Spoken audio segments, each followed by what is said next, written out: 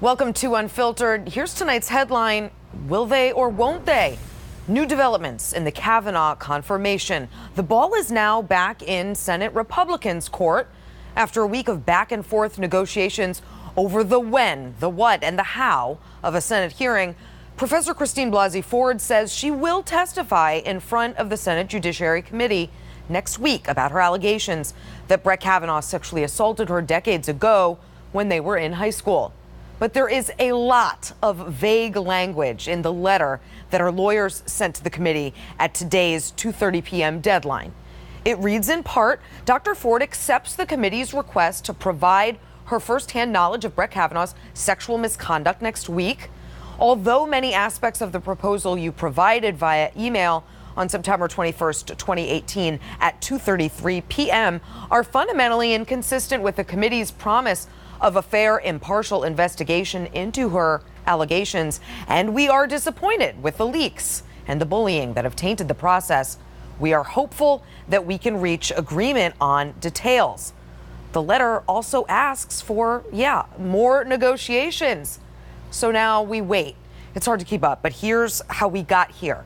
Earlier this week, Ford opened the door to giving her testimony to the committee. On Thursday, Ford's lawyer presented a list of terms. Those terms included that provisions be made for her safety, that only senators be allowed to ask her questions, that she not be in the same room as Kavanaugh, that he testifies first, and that other witnesses, including Kavanaugh's friend Mark Judge, be subpoenaed as well.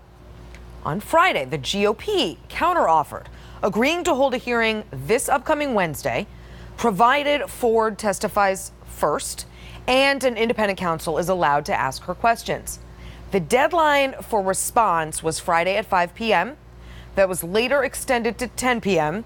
Ford's lawyer asked for an additional day to make her decision, and Senate Judiciary Chairman Chuck Grassley once again moved the deadline to 2:30 p.m. today, at which point Ford agreed to appear next week.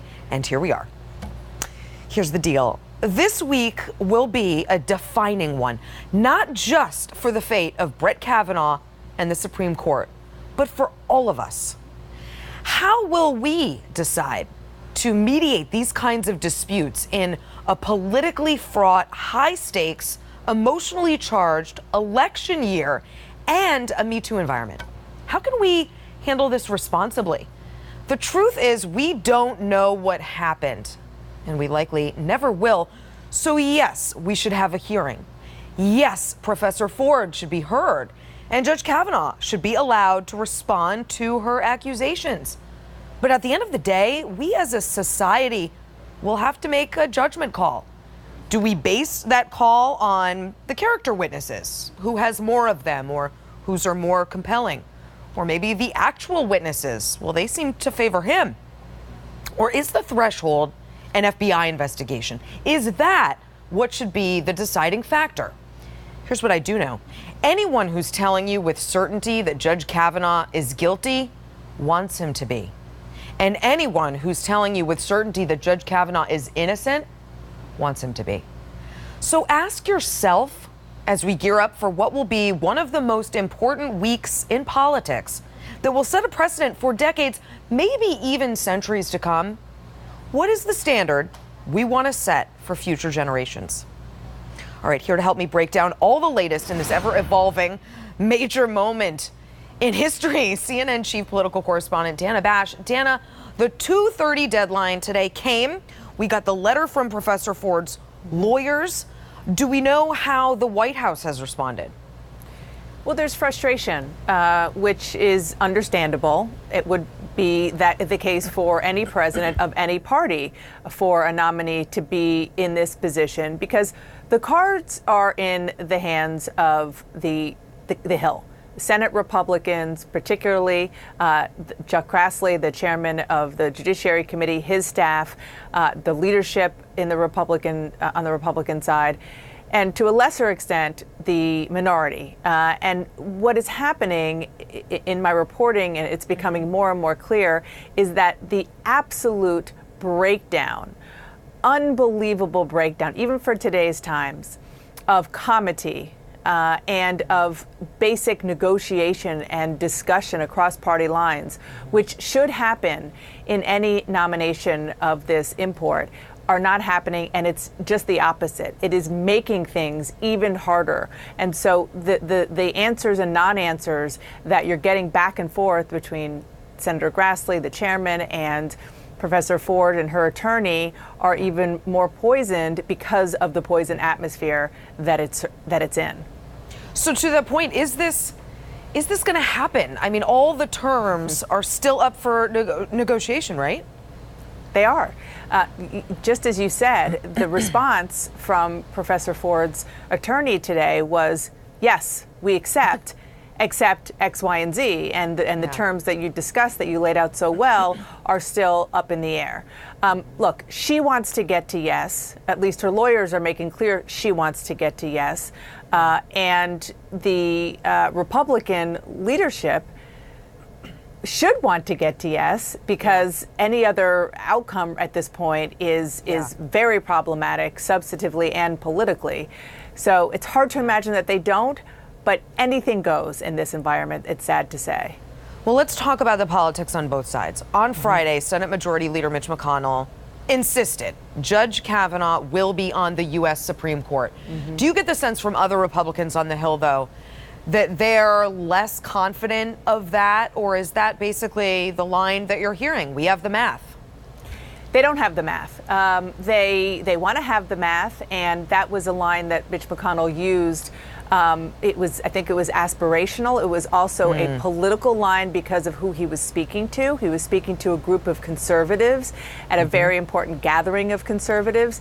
And he also said, not just we have the votes, is don't get rattled, which I thought was really fascinating, because as much as we hear the pressure from the left and even from independents saying, give her a chance, the pressure that I'm hearing from Republican senators and those in and around them, that they're getting from the right to say what is going on here, is even as big. And when you're talking about U.S. senators from really red states where their conservative base will make or break them, it's important not to forget that. Wow. Okay, on the other side, do Democrats you talk to believe that once Ford testifies, it's over? It will kill the Kavanaugh confirmation. Is that sort of the underlying belief on the Hill? No, you're right. Publicly, what you said in your open is so right, that people who say that they just believe him without hearing him or without obviously knowing the facts, none of us know all the facts, are saying so because they want that to be the case. But truth serum, Democrats and Republicans, they don't know what's going to happen. And that is something that we have to keep in mind, because it's for both parties. It's the public that is going to have to decide this, but it's really these U.S. senators. And in particular, I would say there are 4 Republican senators who are the key here. Susan Collins of Maine and Lisa Murkowski of Alaska are probably the most important. Jeff Flake and Bob Corker also. But for the 2 women especially, if this goes down the way it looks like it is going to go down, and there is a hearing, and it's he said versus she said, it's going to be the senators who are going to have to decide whom to believe, and weighing that against the rest of the judge's background in the context of his experience and credibility, and that is a lot of weight to put on them. They are the jury. It's going to be historic what happens this week or maybe next, whenever. Lastly, before you go, some Democrats I know I've talked to, I'm sure you have too, were not thrilled with the way that Dianne Feinstein handled these allegations. If this doesn't end the Kavanaugh confirmation, do you think this could hurt her re-election bid? It's interesting because she's in this unusual situation in California where she's running for re-election this year against a Democrat. Right now, the poll shows she's doing fine. But, the thing about Dianne Feinstein is that she I think maybe people would say to her credit, she has trouble playing politics, and she plays the role of a public servant and a U.S. senator. And I was actually just talking to another Democratic member of the committee before coming on with you, because I knew you wanted to talk about this, Essie. Yeah. And the feeling is that while there's certainly some grumbling, how could she hold this for so long? She made a promise to Professor Ford that she would keep this out of the mix, that she would keep her not just anonymity, but that she would keep her claim out of the mix. Right. And it wasn't, and if she had her druthers, she meaning Senator Feinstein, it would still be the case, because that was the initial wish of Professor Ford. But it was leaked, and it's now out of her hands.